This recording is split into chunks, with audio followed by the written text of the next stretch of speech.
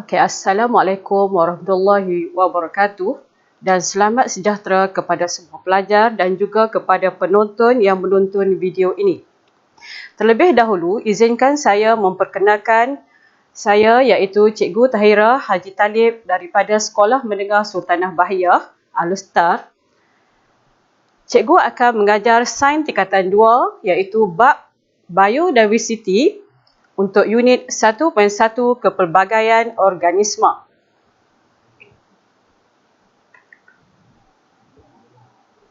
Okey murid-murid, terlebih dahulu kita lihat apakah standard kandungan kita pada hari ini. Standard kandungan kita pada hari ini ialah 1.1 iaitu Kepelbagaian Organisma. Seterusnya, kita lihat pula apakah standard pembelajaran kita pada hari ini. Yang pertama, di akhir pembelajaran, murid akan dapat menghuraikan dan berkomunikasi mengenai biodiversity. Seterusnya, yang kedua, pelajar dapat mewajarkan keperluan pengurusan biodiversity yang berkesan.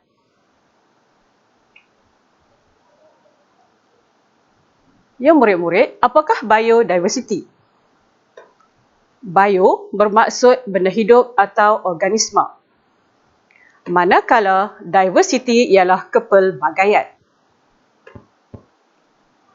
Jadi, apakah definisi biodiversity? Diversity bermaksud kepelbagaian organisma sama ada mikroorganisma, haiwan atau tumbuhan.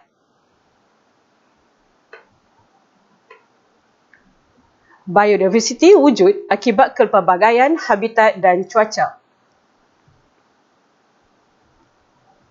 Malaysia merupakan salah satu negara daripada 12 buah negara mega biodiversity di dunia, iaitu negara yang mempunyai pelbagai spesies hidupan. Murid-murid boleh lihat pada rajah sebelah. Kita lihat di Malaysia merupakan sebuah negara yang kaya dengan pelbagai jenis hidupan.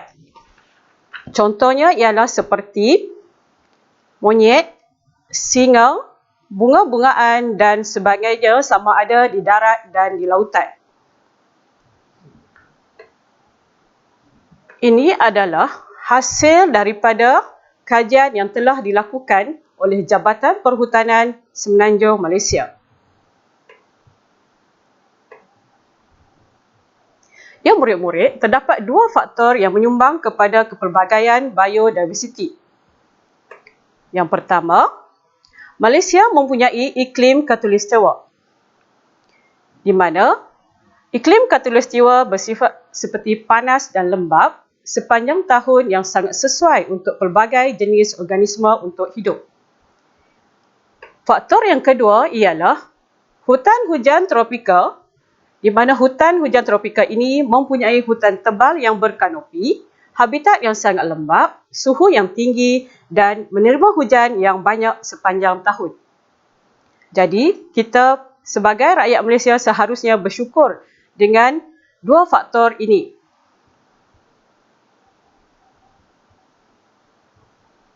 Biodiversity merupakan khazanah yang tidak ternilai dan warisan alam semula jadi yang harus dikekalkan. Jadi, apakah kepentingan biodiversity ya murid-murid?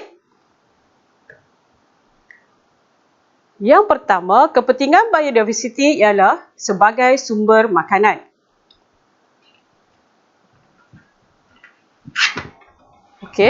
Di mana haiwan dan tumbuhan membekalkan pelbagai sumber makanan kepada manusia.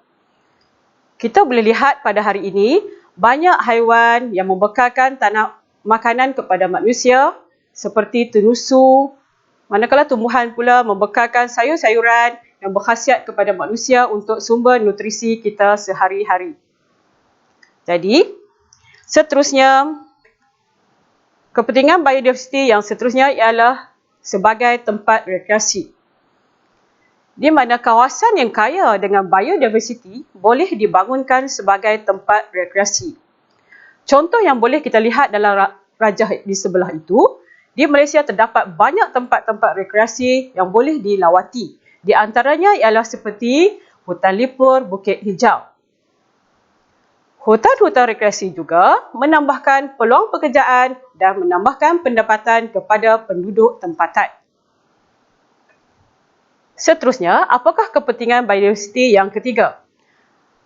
Ialah perubatan, di mana tumbuhan herba digunakan secara meluas dalam pembuatan ubat-ubatan dan kosmetik.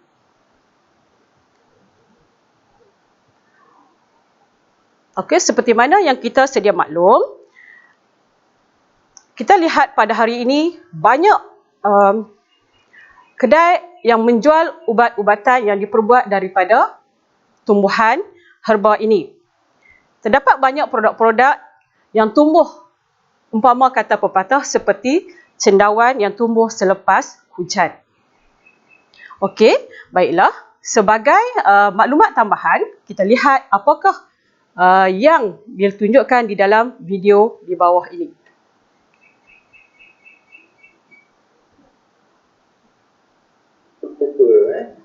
Okey, video ini menunjukkan kita kepada tanaman herba dan fungsi-fungsinya. Okey, pelajar-pelajar diminta melihat dan memahami untuk kepentingan kehidupan seharian kita. Pakai selai, dolai, tapi kalau tak ada, menderita buat rumah ke apa? Kita pakai cukup kan? Ini pokok halia. Pokok halia bara. Halia bara, ada orang cari. Pusing keliling nak cari Ini pokok yang rare juga. Maksudnya, isinya tu boleh buat urut untuk orang stroke. Sebab dia panas macam bara. Jadi anda boleh gunakan ini untuk buang air. Untuk kesihatan tubuh badan. Ini adalah pokok herba yang rare lah. Yang jarang. Pokok dia tak besar. Jadi, boleh tinggi lah. Boleh tinggi satu kaki. Boleh tinggi satu kaki. Kalau anda tanam, baguslah. Sebab anda menyelamatkan wujudan pokok ini daripada pupus. Okey, pokok yang kelima. Ini pokok kesum. Yang mungkin seminggu sekali anda akan cari pokok ni, daun-daun ni. Jadi kalau anda ada terpasu di rumah pun dah cukup. Sebab anda nak buat asam pedas. Siapa yang suka asam pedas lah. Kalau suka asam pedas tak ada apa-apa lah. Okey, pokok ni senang lah nak tanam macam ni. Saya bongkar dengan akar dia sekali. Ini insyaAllah lebih mudah untuk meneruskan kehidupan. Yang ini pun gunakan akar. Tapi ada yang gunakan batang lah, kelihatan batang. Ini kelihatan batang. Cucuk je. Cucuk je, jaga pengairan. Ataupun kena siram lah, setiap hari siram. InsyaAllah, dengan kuasa Allah, dia akan meneruskan kehidupan dia. Lupa Sorry. Tak apalah. Okey. Jadi, menarik tak? Dan saya harap cikgu, apa yang cikgu paparkan itu, dan dalam video itu pelajar-pelajar boleh faham dan akan boleh dibuat untuk kegunaan seharian. Seterusnya, kepentingan biodiversiti adalah untuk pendidikan, di mana manusia mengembangkan ilmu pengetahuan dan mencipta teknologi terkini melalui penyelidikan saintifik terhadap mikroorganisme, haiwan dan tumbuhan. Seperti mana yang kita maklum, dalam PDPC kita seharian terutamanya untuk pelajar-pelajar sains, banyak menggunakan mikroorganisme, haiwan dan tumbuhan dalam eksperimen ketika proses PDPC di dalam makmal. Seterusnya, kepentingan biodiversiti yang seterusnya ialah sebagai bahan mentah industri. Kayu balak, buluh dan rotan ialah contoh hasil hutan yang digunakan untuk membuat alat muzik, perabot serta membina bangunan. Seperti mana dalam rajah di sebelah, kamu boleh lihat hasil daripada buluh dan rotan ini boleh dibuat sebagai alat-alat kraftangan seperti raga, lampu, alat untuk memasukkan lampu, tikar dan sebagainya. Manakala orang-orang asli di dalam hutan banyak menggunakan buluh dan rotan dan kayu balak untuk dijadikan sebagai tempat tinggal mereka. Seterusnya, kepentingan biodiversiti yang terakhir ialah keseimbangan alam. Organisma hidup berinteraksi antara satu sama lain dengan persekitaran melalui proses fotosintesis, respirasi, transpirasi dan penguraian organisma mati. Di situ kita sedia maklum, fotosintesis membebaskan gas karbon dioksida, menggunakan karbon dioksida dan membebaskan gas oksigen. Manakala respirasi pula adalah sebaliknya daripada fotosintesis. Seterusnya, proses-proses ini mengekalkan kitar semula jadi seperti kitar oksigen, kitar karbon, kitar nitrogen dan kitar air. Seterusnya akan mewujudkan keseimbangan alam ya murid-murid. Serangga seperti lebah memainkan peranan penting dalam proses pendebungaan dan penghasilan buah. Buah menghasilkan biji benih dan hal ini memastikan kelestarian spesies. Maka, dapat disimpulkan bahawa kepentingan biodiversiti ialah ada 6, iaitu yang pertama sebagai sumber makanan, tempat rekreasi, perubatan, pendidikan, bahan mentah industri dan keseimbangan alam. Ya murid-murid, terdapat banyak aktiviti manusia yang mengancam alam sekitar dan mengurangkan sumber alam. Antaranya ialah penebangan hutan secara berleluasa. Tu kamu lihat, kamu main lagi dia tengah tebang pokok kan? Okey, penebangan hutan secara berleluasa boleh menyebabkan kepusahan habitat dan organisma. Maka, langkah-langkah memelihara dan memulihara biodiversiti sebelum terlambat, terutamanya spesies endemik. Jadi, apakah langkah-langkah memelihara dan memulihara yang telah dilaksanakan ya pelajar-pelajar semua? Okey. Langkah memelihara dan memulihara yang pertama ialah mengharamkan pembunuhan atau pemerdagangan haiwan dan tumbuhan endemik dan terancam melalui Perlindungan Hidupan Liar 1972. Di mana contohnya ialah dengan mengambil tindakan undang-undang terhadap pihak yang menjalankan pembalakan serta pemburuan haiwan secara haram. Jadi jelaslah situ kerajaan sangat memandang serius terhadap kesalahan yang dilakukan ini.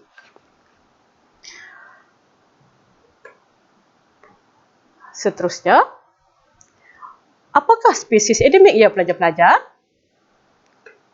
Spesies endemik ialah bermaksud spesies yang hidup berkelompok di habitat yang terbatas di sesebuah lokasi tertentu. Maksud dia, endemik ni hanya haiwan dan tumbuhan itu hanya berada di lokasi tertentu dan sukarlah, maksudnya sukar untuk ditemui. Contoh spesies endemik di Malaysia yang pertama adalah bunga pakma. Bunga pakma seperti mana dalam rajah di sebelah, cantik kan? Dan besar saiznya. Iaitu sejenis bunga parasit dan terbesar di dunia. Di mana lokasinya sangat sukar untuk ditemui, hanya berada di Kepulauan Borneo, Sabah dan Sarawak dan juga yang terbaru berada di Hutan Royal Belum iaitu di negeri Perak. Spesies ini hanya ada 20 spesies sahaja di dunia dan spesies ini sangat sensitif terhadap gangguan. Untuk makluman pelajar, sekiranya habitatnya diganggu, kemungkinan besar dia tidak akan lagi tumbuh di sesuatu tempat itu sebab dia merajuk dan tak akan tumbuh lagi. Jadi, bunga pakma ini haruslah dipelihara dengan sebaik-baiknya untuk generasi akan datang untuk melihat dan sebagai mungkin juga untuk penyelidikan. Okey, seterusnya, contoh spesies endemik di Malaysia ialah pokok periuk kera. Cantik kan? Okey, dia merupakan sejenis tumbuhan karnivor yang hidup melata di sekitar Malaysia. dan tumbuhan ini sangat menjadi buruan untuk dibuat lemang ketika musim perayaan. Setakat yang cikgu ketahui, biasanya penduduk di sebelah negeri Johor, mereka setiap kali perayaan akan menjual atau membuat lemang menggunakan periuk kera. Di mana spesies ini pada hari ini semakin pupus akibat aktiviti pembalakan dan penerokaan hutan yang tidak terancang. Okey, seterusnya, spesies endemik di Malaysia ialah penyu belimbing. Pernah tak pelajar melihat penyu belimbing? Cikgu sendiri pun tak pernah melihat ya. Okey. Jadi, penyu ini kali terakhir mendarat di Pantai Terengganu ialah pada tahun 2010. Ini bermakna dia mengambil masa yang lama untuk kembali dan bertelur. Seharusnya kita haruslah memelihara penyu ini daripada pupus. Spesies endemik seterusnya ialah gajah pigmi. Gajah ini pada hari ini semakin pupus akibat penerokaan hutan untuk penanaman kelapa sawit dan juga aktiviti pertanian lain yang menggunakan hutan yang merosakkan hutan secara besar-besaran lah, biasanya berlaku begitu. Dan gajah ini dibunuh akibat berlaku konflik antara peladang dengan haiwan ini, di mana petani-petani ini akan memasang perangkap untuk membunuhnya. Di mana sekiranya gajah-gajah ini masuk ke tempat pertanian, secara tidak langsung dia akan merosakkan tanaman dan akan menimbulkan kemarahan orang yang menjalankan pertanian. Jadi mereka pasang perangkap dan kemungkinan akan membunuh haiwan ini. Seterusnya ialah spesies endemik yang seterusnya ialah harimau Malaya. Harimau Malaya merupakan sejenis binatang yang di mana populasinya didapati semakin merosot, iaitu hanya merosot dalam sekitar 50% dalam tempoh sedekat yang lalu. Diramalkan akan pupus dalam tempoh kurang daripada 10 tahun jika tiada usaha pemeliharaan diambil dengan segera.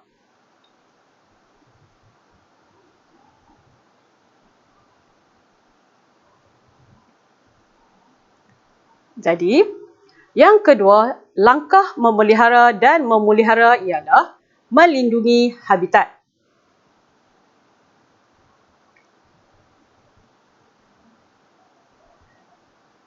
Dalam langkah untuk melindungi habitat ini, kerajaan telah mewartakan Taman Negara, iaitu Taman Negara bertujuan untuk jangka masa panjang dan dipromosikan untuk pelancongan. Selain itu, Taman Negara juga dapat melindungi dan memelihara flora dan fauna daripada kepupusan. Antara contoh taman negara yang terdapat di negara kita ialah seperti Taman Negara di Pahang, Taman Negara Kinabalu di Sabah dan beberapa lagi taman negara yang terdapat di negara kita ini. Seterusnya, langkah memelihara untuk melindungi habitat ini ialah dengan kerajaan telah mewartakan taman laut, di mana taman laut merupakan kawasan perairan laut yang dilindungi. Taman laut bertujuan untuk melindungi dan memelihara pelbagai habitat dan hidupan marin akuatik. Antara contoh taman laut ialah seperti Taman Laut di Pulau Redang, Terengganu, Taman Laut Pulau Tioman di Pahang, di mana terumbu karang diibaratkan sebagai hutan tropikal di laut yang menyediakan kawasan yang ideal untuk hidupan marin.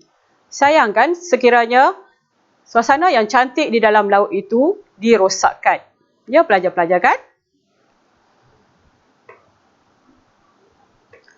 Langkah yang seterusnya ialah untuk melindungi habitat, kerajaan telah mewartakan hutan simpan. Hutan simpan ialah merupakan hutan yang terdapat di mana hutan yang terdapat di Malaysia ini merupakan hutan yang tertua, antara yang tertua di dunia. Hutan simpan adalah bertujuan untuk melestarikan habitat haiwan liar yang semakin terancam dan dijadikan sebagai tempat rekreasi dan riadah serta sebagai tempat pelancongan. Di antara hutan simpan yang terkenal di Malaysia ialah seperti di Royal Belum Perak. Di sini terdapat masyarakat orang asli yang mendiaminya. Terdapat di dalam hutan simpan di Royal Belum ini terdapat banyak tanaman, herba, madu dan kayu gaharu. Dan hutan Royal Belum ini juga dikenali sebagai bank perubatan, seperti mana tanaman herba dan sebagainya lah yang digunakan untuk kegunaan harian kita pada hari ini.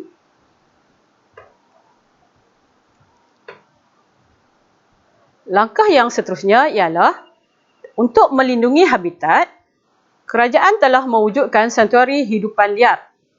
Sanktuari Hidupan Liar ini merupakan tempat perlindungan bagi spesies hidupan liar sama ada dilindungi sepenuhnya atau yang dilindungi.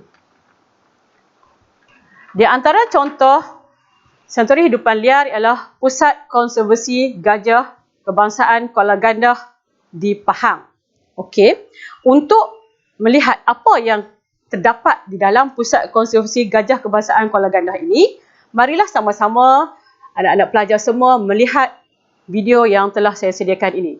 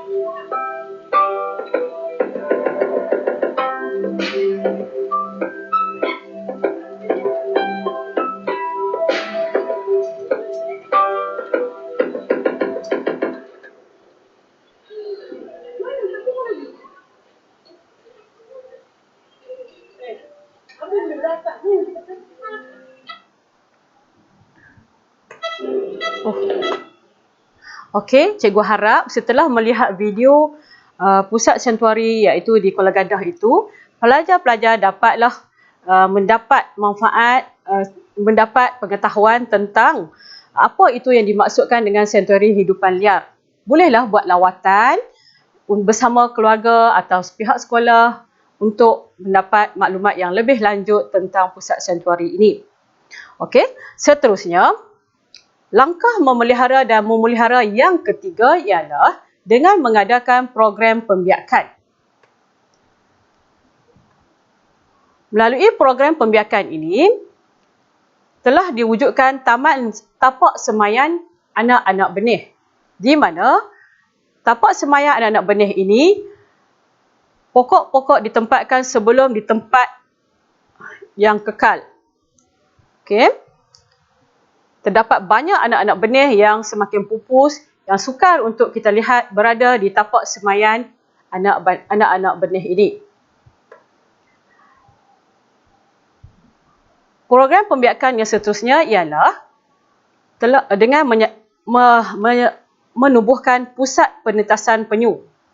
Di mana pusat penetasan penyu ini berfungsi untuk melaksanakan program-program publicity, menjalankan penyelidikan, penetasan dan pengurusan penyu di negeri berkenaan.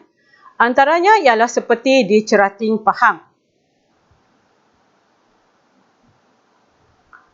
Okey, baiklah pelajar. Sebagai nota tambahan, terdapat dua jenis pemeliharaan iaitu yang pertama, pemeliharaan in situ, yang kedua, pemeliharaan ex situ. Apakah pemeliharaan in situ? Pemeliharaan in situ ialah mengekalkan spesies di habitat asal seperti taman negara, hutan simpan kekal dan taman laut. Manakala pemeliharaan ex situ ialah mengekalkan spesies di luar habitat asal seperti zoo dan taman botani. Okey, anak-anak murid semua, setelah kita mempelajari bab ini, dapatlah kita membuat rumusan bahawa di dalam bab 1 untuk biodiversity, bagi subtopik kepelbagaian organisma, cikgu harap pelajar-pelajar semua dapat mengetahui. Yang pertama ialah maksud biodiversity, yang kedua kepentingan biodiversity, yang ketiga langkah pemeliharaan dan pemeliharaan, jenis spesies-spesies endemik dan jenis-jenis pemeliharaan. Baiklah, sekarang setelah mempelajari bab ini, cikgu akan dapat menyimpulkan bahawa dalam bab ini beberapa soalan yang mungkin akan diuji oleh guru tentang bab ini. Yang pertama, apakah maksud biodiversity? Yang kedua, apakah maksud spesies endemik? Yang ketiga, berikan dua kaedah untuk memelihara dan memelihara spesies endemik.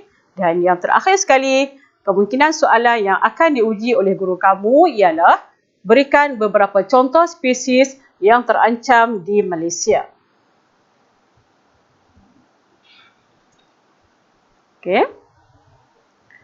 Jadi cikgu harap setelah selesai topik ini, semoga cikgu ucapkan dengan ucapan ribuan terima kasih. Sekian, semoga video ini memberi manfaat untuk kamu dan juga penonton di luar sana.